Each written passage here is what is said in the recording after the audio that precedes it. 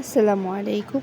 আজকে আপনাদেরকে দেখাবো একদম সহজেই আপনাদের ৬ মাস পূর্ণ বাচ্চাদের জন্য যেভাবে আপেল পিউরি করে খাওয়াতে পারেন সেই রেসিপিটা। তো চলেন দেখা যাক।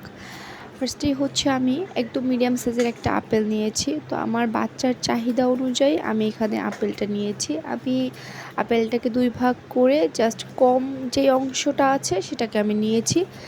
এবার এটাকে হচ্ছে আমি ভালোভাবে ফার্স্টে হচ্ছে ছিলে তারপরে একদম ছোট ছোট করে স্লাইস করে হচ্ছে আমি এটাকে সিদ্ধ করব। তার কারণ কি, আমি এটাকে যদি প্রেশার কুকারে সিটি দিতাম তাহলে দেখা যেত কি যে হয়তোবা পানিটা একটু কম বেশি হওয়ার সম্ভাবনা থাকতো। আমি এটাকে একদম সহজভাবে সিদ্ধ করার জন্য এটার মধ্যে সামান্য পানি অ্যাড করে দিব, আর পানিটা একদম আমরা হচ্ছে শুকিয়ে ফেলবো যাতে এক্সট্রা কোনো পানি না থাকে। তাতে কি হয়, পুরোপুরি আপেলের যে ভিটামিনগুলো থাকে, মিনারেলস থাকে, সেগুলো হচ্ছে পুরোটাই থেকে যায়।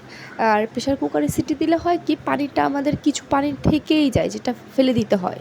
তো আমি হচ্ছে আমার বাচ্চার চাহিদা অনুযায়ী আমি এখানে 2টো খেজুর নিয়েছি। ফার্স্টের দিন হচ্ছে আমি একটা দিয়েছিলাম।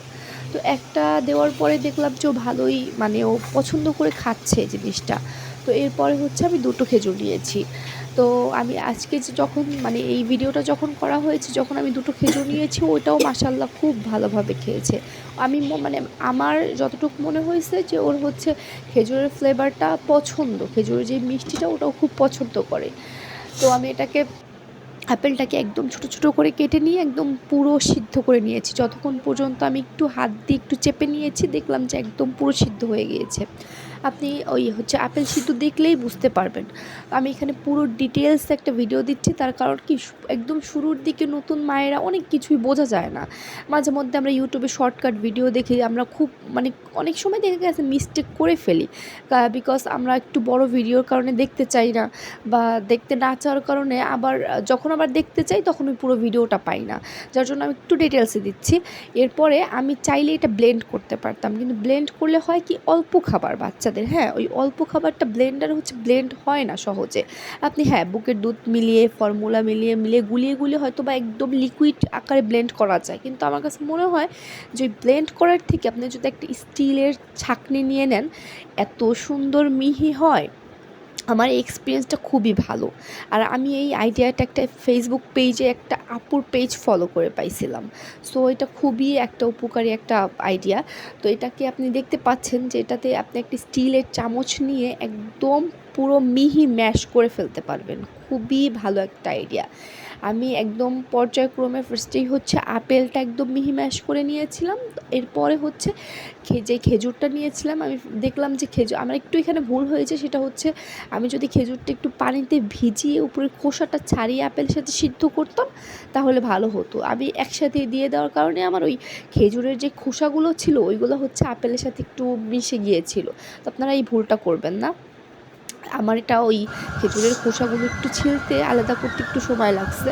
তো এরপরে এই যে দেখতে পাচ্ছেন যে হচ্ছে আমি খেজুরটাকেও ওই একই সেম প্রসেসে হচ্ছে আপেলের মতো করেই একদম মিহি ম্যাশ যেটাকে বলে, মানে আমার বাচ্চার হচ্ছে ৬ মাস ১০ দিন প্লাস সামথিং ১০-১১ দিন বয়স।